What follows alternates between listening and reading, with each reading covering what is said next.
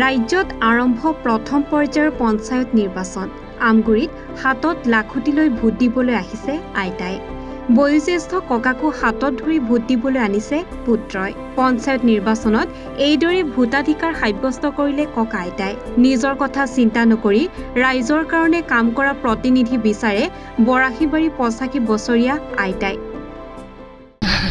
ভালেই লাগিছে আৰু ভোট দিয়া আছোঁ আৰু আগে পিছেও দিছোঁ, এতিয়াও দিছোঁ, আৰু দিবলৈ পাম নে নাপাম তাৰো আশা নাই।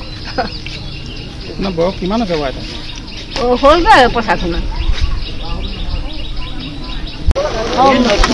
মই আৰু সমাজ সেৱা প্ৰাৰ্থী এজনকে বিচাৰোঁ। সমাজৰ সেৱা কৰা যি যাতে নিজৰ কাৰণে চিন্তা নকৰি আনৰ কাৰণে ভাবিব পাৰে, মই তেনেকুৱা এজনকে বিচাৰোঁ। আমগুৰিৰ পৰা ৱাকিল আবেদৰ ৰিপৰ্ট, এনি ভাৰত 24।